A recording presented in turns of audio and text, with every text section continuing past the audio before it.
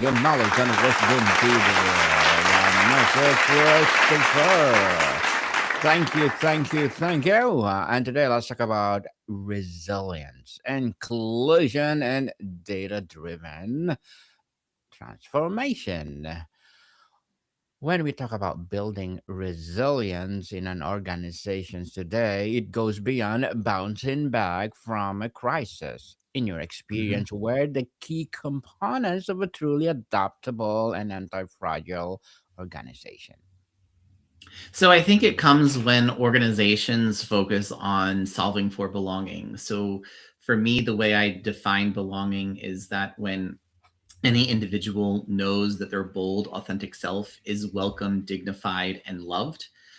So for me, it's really about making sure that people understand that their bold, authentic self can show up to work as they are. And that's where I truly see resilience coming in for organizations is how do they make sure that they're not just uh, sustaining the status quo? How are they pushing the boundaries to make sure that every individual can be their bold, authentic self?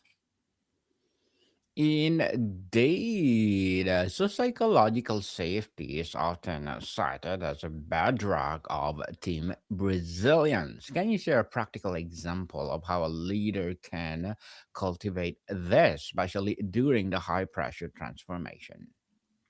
Yeah, so psychological safety for me is when people can um, give a divergent viewpoint, even if that divergent viewpoint is not ultimately incorporated into the decision, but people respect that divergent viewpoint, right? So people who can that they feel safe enough and have the air cover to be able to say, I don't agree, and that's okay, right? We're in the business world, there's not always going to be times when we agree on the business direction that the organization is going. However, once a business decision is made, we're going to have to all be team players and make that business decision be as successful as it can be.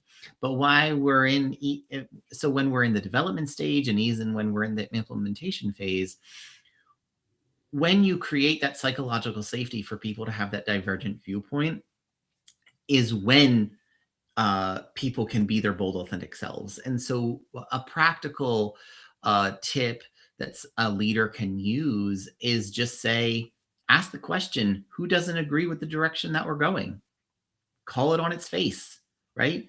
Invite people to say, I don't agree, right? To make sure that there isn't groupthink and that we are testing every possible outcome that there can be. Yes, I don't agree. I will contest it so that they know people. So, Mr. Christopher, resilience can sometimes be misinterpreted as simply asking employees to tough it out. How do we build a systemic resilience that supports people rather than placing the entire burden on them? Yeah, so I think we all have to remember that we're all human. Even the CEO is human, right? They're not a robot. And they are going to show up with all of their nervous system there, right? The gone are the days of saying, leave your home life at the door, right? Mm. Because it's going to come in with you. Now, we have a job to do, and we need to make sure that we are able to show up in the way that we need to show up for our organization. But what I would say is that we have to allow employees and anybody to be vulnerable and to say, I'm not having a good day. And that has been done for me when people, they would recognize that maybe I'm not showing up as my full self, my best self. Asking what's going on, how can I help, what are some things that we need to do, giving employees the space to maybe take a mental health day, toughing it out. Ugh, that's so 1980s. I was born in the 80s, so I love the 80s, but that's really a 1980s mindset. So making sure people understand that it's okay to not be okay. You are allowed to say, I'm not where I need to be. I'm a cancer survivor, and I don't have a thyroid anymore. And so I have to take a thyroid replacement hormone pill every day.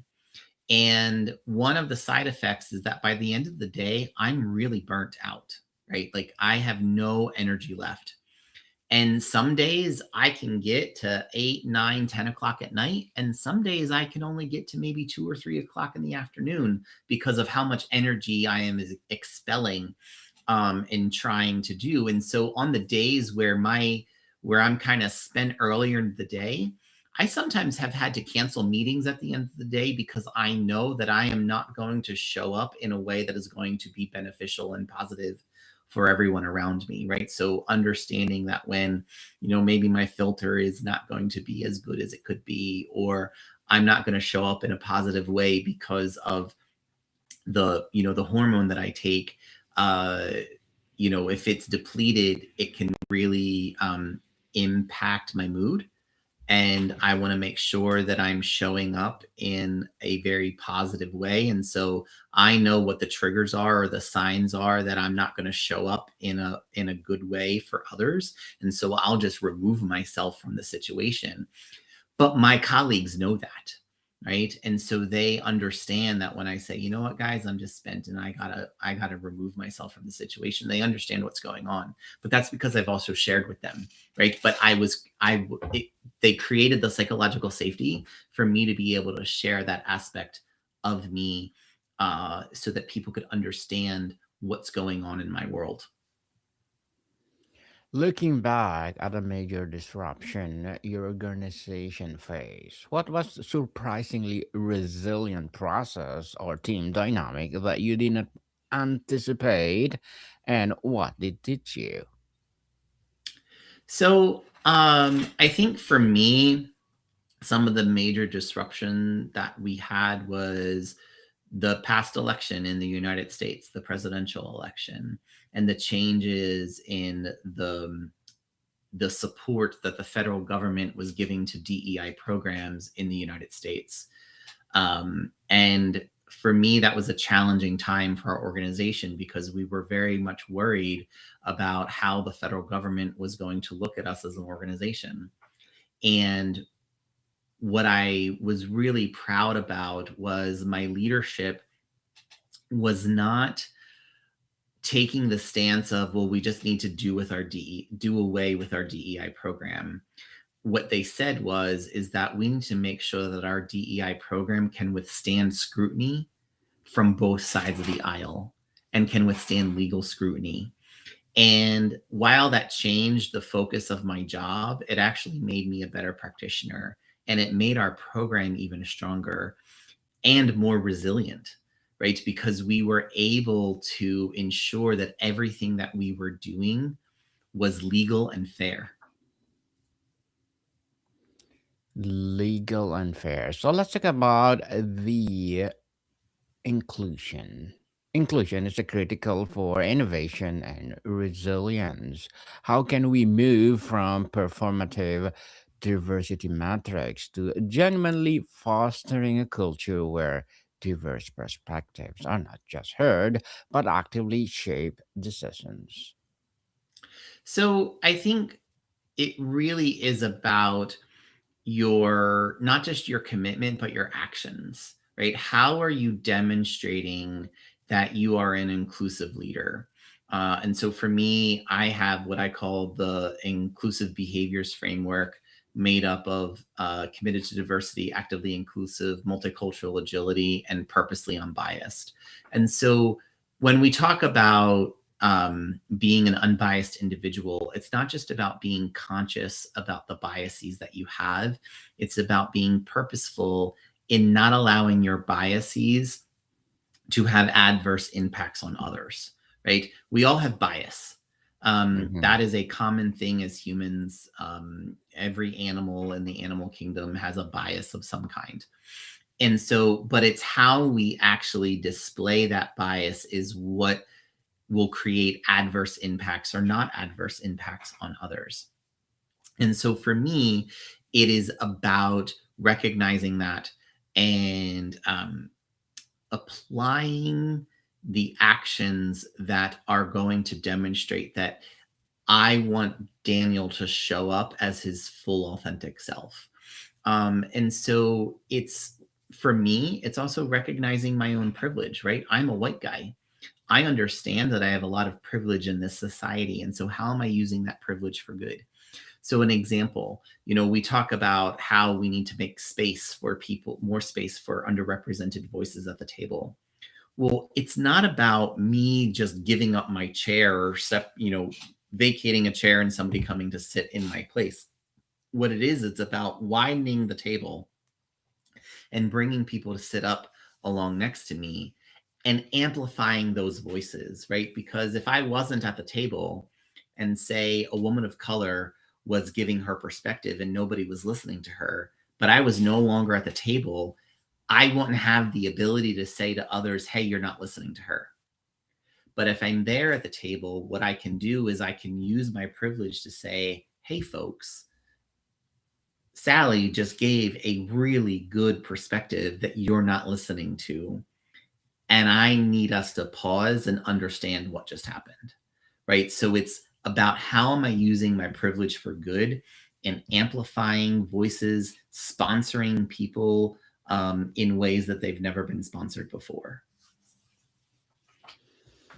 Mr. Christopher, in a data driven world, algorithms can be inadvertently perpetuate bias. What are the essential guardrails and practices needed to ensure that our drive to data does not come to the cost of equity and inclusion?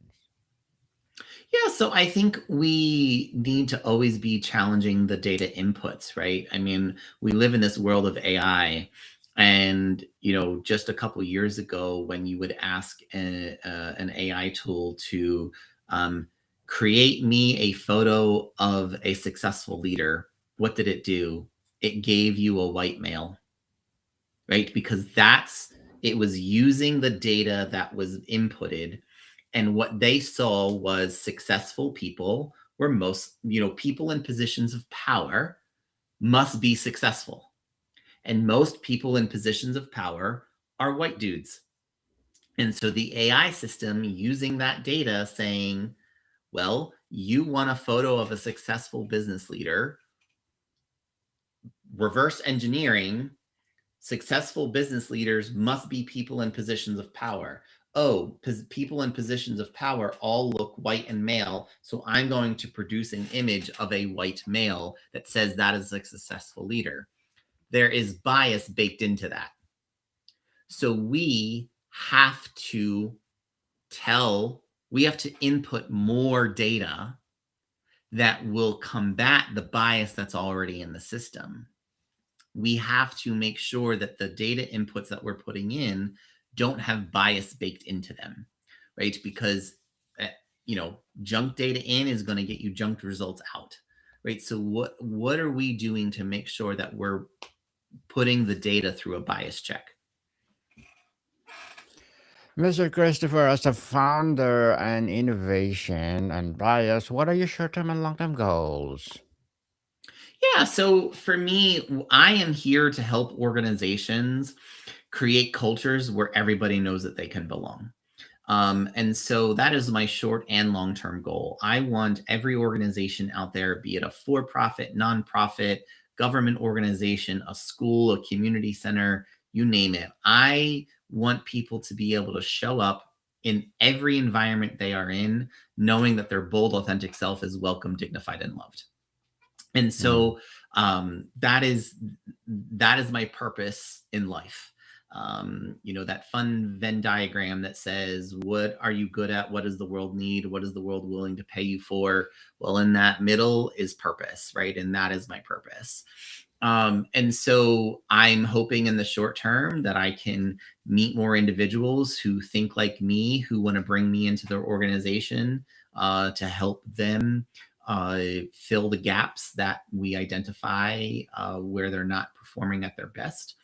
Long-term goals, personally, I'm hoping to get on a TED Talk in the next year. I have my own podcast called I Know I Belong When. I would really love it to go viral at some point, but we'll see. You know, we're in season 2, which is going really well so far. So I'm really happy about that. Um, and just, I want people to, when they hear or see my name, I want them to know that I'm a person that is going to genuinely show up in a way that's going to help them create cultures of belonging everywhere. Good luck to your goals, Mr. Christopher, and looking forward for more success. And what will be your piece of advice for those people out there who want to be like you? So I would say is that know who you are, right? Know who you are and what your purpose is. Because when times get tough, when the bank account starts getting low and you're worried about things, you come back to your purpose.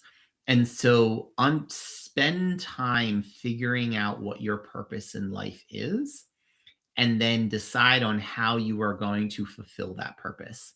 And some people's purpose is not about the job they have, right? It's not about the income. So some people's purpose is that they want to, I don't know, volunteer their time with other organizations. Well, then they go get a job because the money makes the world go round. We need money to live. So they get a job that is going to support their purpose. I just happen that I'm an individual that my purpose is also what I am making my money on, right?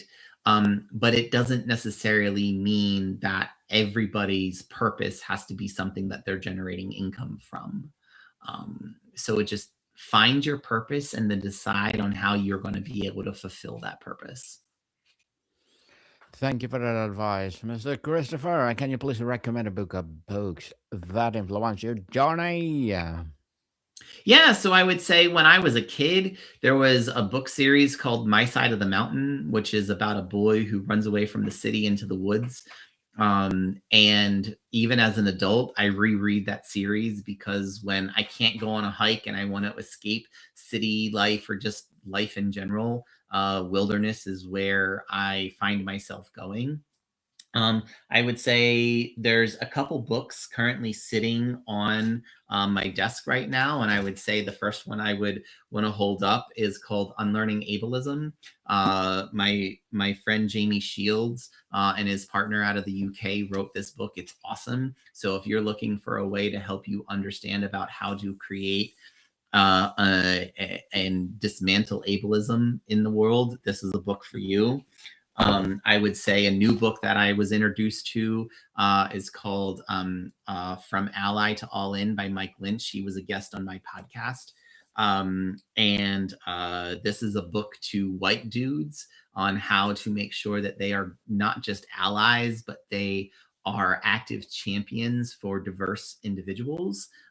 So those are some books that I would say I would suggest to folks to have uh, on their bookshelf, and not just on their bookshelf, but read. And there's hundreds of books that I could recommend, but those are the two that I'll highlight today. Thank you for the recommended books, Mr. Christopher. But before we wrap up our discussion for today, I'm inviting you to please do listen to my other podcast, people. My other podcast, because my abstract essay is already in sixth season, abstract poetry in third season, and my book 101 review in sixth season as well, comedy 101 third season, and my food 101 in sixth season as well, geography 101, love letters, movie 101 review, music 101 are in fifth season, Science 101 and Sex 101 in fourth season, and my baby podcast, Trivia 101, Law 101, Mental Health 101, Motivation 101, Entrepreneurship 101, and of course, Bible Verses 101. Please listen to them wherever you listen your podcast. So, Mr. Christopher, can you share a personal lesson learned the hard way from your own experience at the crossroads of the trying to be a data driven, inclusive, and resilient simultaneously? Hmm. So I would say that hard lessons I learned. is how to be just a genuine individual, right? How do I make sure that I'm showing up in a genuine way? How do I make sure that I am being nice 100% of the time? So that for me is some hard lessons that I have learned, and I continue to practice on a daily basis. Yes, genuinely, Mr. Christopher, thank you so much for sharing your knowledge and wisdom to the world. So, can you please invite our listeners to support your podcast, your advocacy, or whatever projects that you're doing right now? Yeah, so I would say please tune in to the I Know I Belong When podcast. You can go to iknowibelongwhen.com to find our episodes and be able to listen through your podcast player of choice. Yes, people, let's support Mr. Christopher Bylone, because if you support him, for sure, more and more empowering advocacy will rise. So, Mr. Christopher, thank you so much for your time. Absolutely. Thank you. Have a great rest of your day. Maricon people, see you soon.